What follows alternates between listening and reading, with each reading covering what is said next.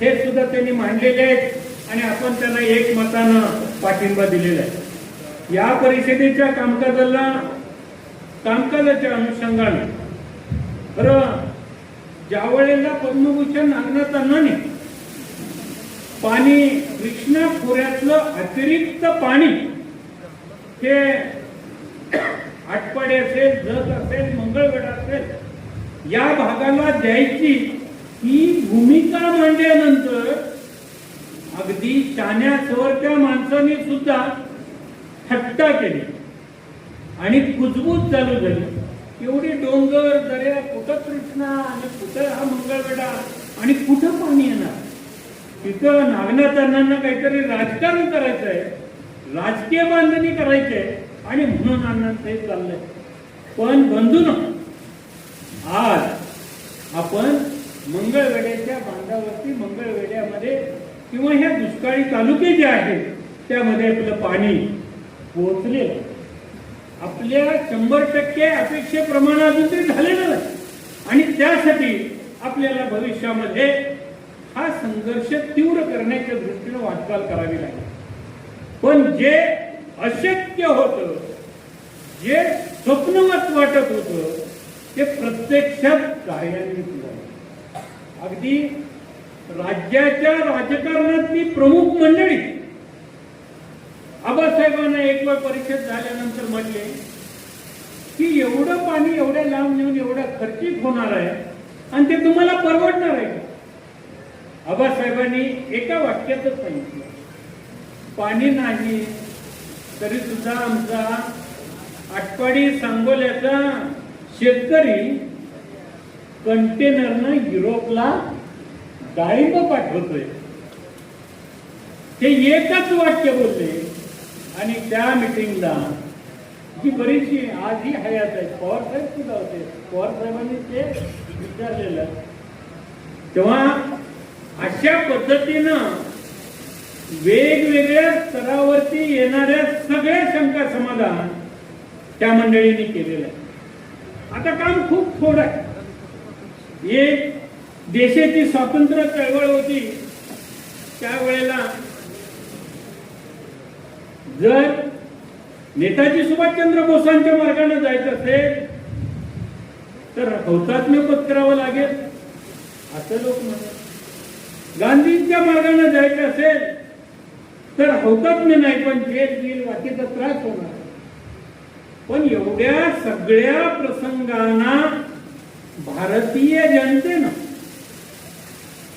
तोंड दिलं, लढे यशस्वी केले आणि ज्या ब्रिटिशांच्या राज्यावरती सूर्य मावळत नाही अशी जी भूमिका होती त्यांना सुद्धा पराभूत केलं आणि या देशाला स्वातंत्र्य मिळालं.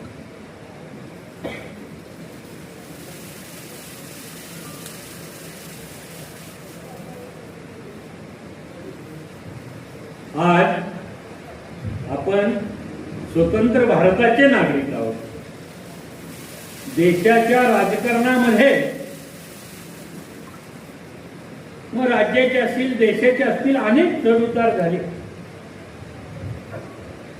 काही निश्चितपणानं चांगली कामही झाली. पण आज हा अति तुटीच्या खोऱ्यातील दुष्काळी तालुक्यातील जनता किती दिवस वाट बघणार आणि त्यांच्याच वाटणीला कायम नुकसानीत काम करायचे हे किती दिवस. आणि म्हणून पद्मभूषण नागनाथ अण्णांनी, गणपतराव आबासाहेबांनी आणि त्याचबरोबर वेळोवेळी मग आराराबांसारखे असतील मंडळी, बाकीचे काही मंडळी असतील, कदम साहेब काही दिवस होते, त्या मंडळींनी त्यात साथ दिली आणि त्यांच्या तालुक्यामध्ये निधी जास्त खर्च झाला आणि त्या ठिकाणी पाणी योजना त्या जास्त शेतकऱ्यांपर्यंत पोहोचल्या. आपण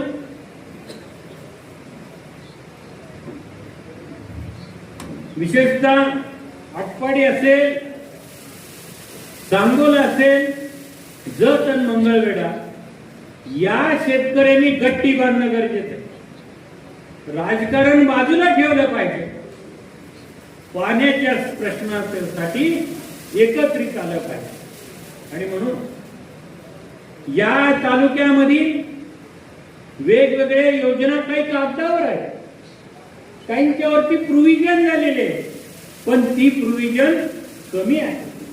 ती प्रोव्हिजन वाढवण्यासाठी कागदावरच्या आहे त्यामध्ये प्रोव्हिजन करण्यासाठी या योजना लवकर पूर्ण करण्यासाठी भविष्यात प्रयत्न करावा लागेल. या चळवळीच्या बाबतीमध्ये मगाशी काही वक्त्यांनी सांगितलं की यामध्ये संख्या सुद्धा घटायला लागली. ज्या तालुक्यात आणि ज्या शेतकऱ्याच्या पर्यंत पाणी आलं की तो काय करतोय, थांबतोय, माझं काम झालंय आता पुढच्यासाठी लढायचं आहे. तेव्हा थोडक्यात म्हटलं, एसटी स्टँडवरती आपण थांबल्यानंतर गर्दी असते. एसटी चढल्यानंतर आपल्या मागचा खाली अजून आहे त्याच्याकडे कोण बघत नाही.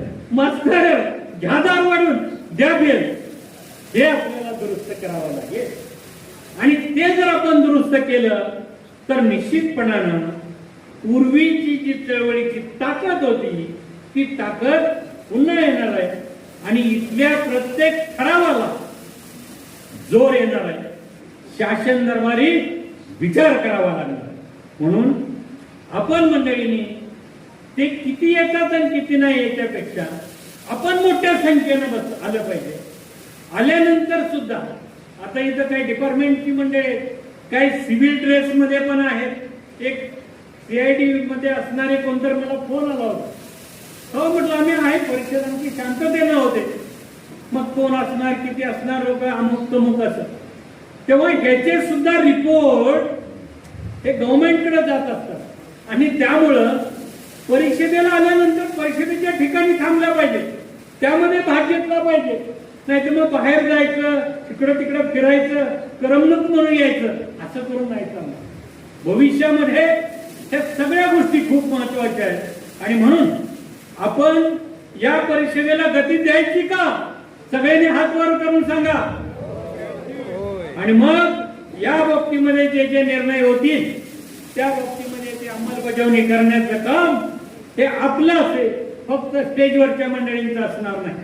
आणि म्हणून आता जे जे ठराव झालेले आहेत, जे जे ठराव झालेले आहेत त्या ठरावांच्या बरोबरच एक मी महत्वाचा एक ठराव आपल्या समोर मांडतोय.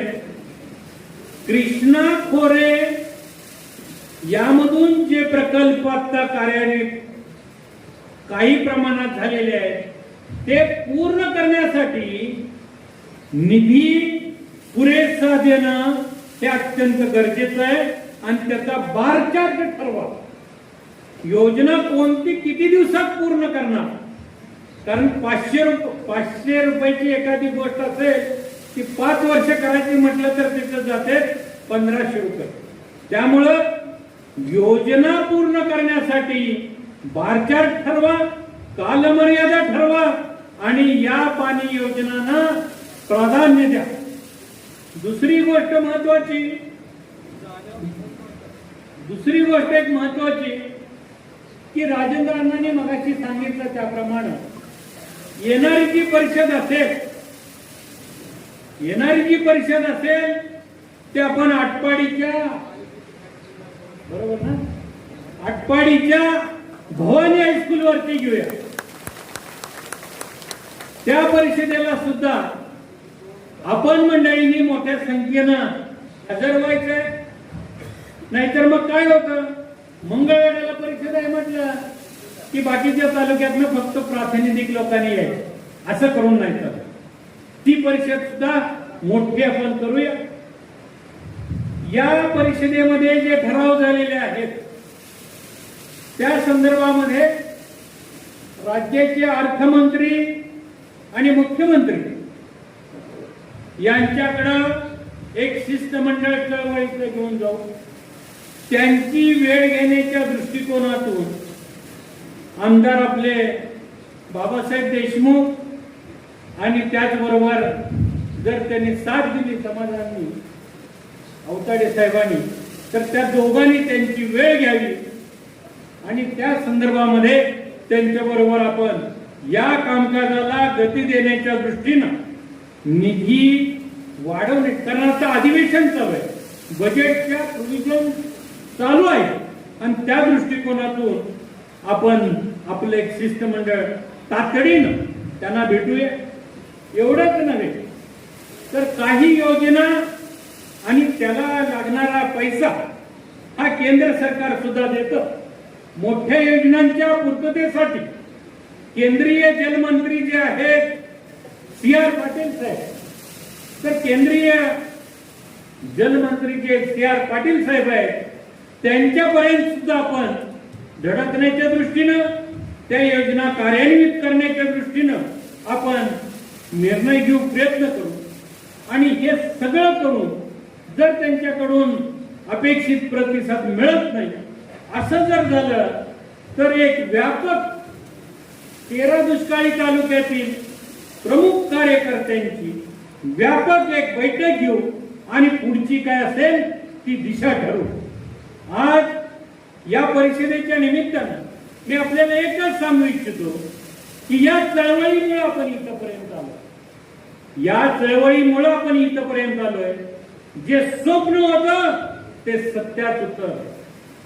देशमुख आबासाहेब ते सातत्यानं म्हणायचे, दुष्काळामध्ये आम्ही जन्माला आलो असलो तरी दुष्काळी भागातून म्हणून मरणार नाही, पाण्यातील भागातून नाही.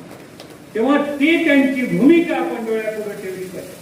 पद्मभूषण नागनाथ अण्णांनी अगदी त्यांची तब्येत व्यवस्थित होते तोपर्यंत सकाळी, म्हणजे सकाळी नव्हे पहाटेपासून त्या कामकाजाला या परिषदेच्या चळवळीच्या, पाणी चळवळीच्या सुरुवात व्हायची आणि रात्री परत 8-10 वाजता थांबायचे. त्यांचं स्वप्न होतं की माझ्या दुष्काळी भागातील शेतकऱ्याला पाणी मिळालं पाहिजे आणि त्याचं जीवन सुखी समाधानी झालं पाहिजे. त्यांची तब्येत बिघडल्यानंतर ते पुण्याच्या हॉस्पिटलमध्ये होते, पायाचं ऑपरेशन होतं. त्यावेळेला सुद्धा त्यांनी सांगितलं होतं आणखी पाठवून दिलं की इथं थांबायचं नाही, परिषदेला जायचं. आणि या ठिकाणी काही मंडळी आहेत त्यांना माहिती आहे की अण्णांचा निरोप घेऊन त्या ठिकाणावर मिळालो की दुष्काळी भागाला पाणी मिळालं पाहिजे, या बाबतीमध्ये सगळ्यांनी एकजुटीनं प्रयत्न केला पाहिजे. सातत्यानं त्यांच्या मनात, डोक्यात ते होत. शिवाजी विद्यापीठानं त्यांना डिलीट दिली, त्यावेळेला त्या डिलीटच्या त्या कार्यक्रमामध्ये विद्यापीठाचा परिसर सगळा फुलून गेला. गुप्तचर विभागाच्या पोलीस अधिकाऱ्यांनी त्यांना निरोप दिला की तुम्ही केलेली ही जी व्यवस्था आहे ती कमी पडणार आहे आणि सांगली, सातारा, कोल्हापूर जिल्ह्यामधून शिकलेले आणि बिन शिकलेले सुद्धा लोक या कार्यक्रमाला विद्यापीठात येणार आहेत. त्यावेळेला शिवाजी विद्यापीठाचे कुलगुरू माणिकराव साळुंखे होते. त्यांनी माणूस अधिकारी एक पाठवून दिला आणि सांगितलं की कमी माणसांना विद्यापीठात आणा, आमची व्यवस्था ही कमी आहे.